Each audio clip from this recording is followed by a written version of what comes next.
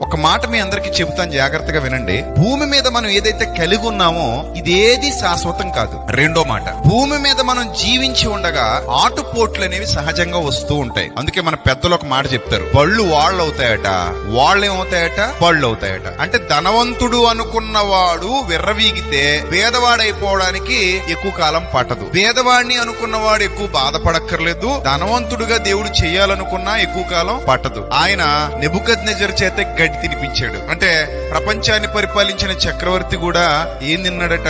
గడ్డి తిన్నాడట. అంటే మనం ఉన్నదాన్ని బట్టి అతిశయపడడానికి వీలు లేదు, ఉన్నదాన్ని బట్టి విర్రవీగిపోవడానికి వీలు లేదు.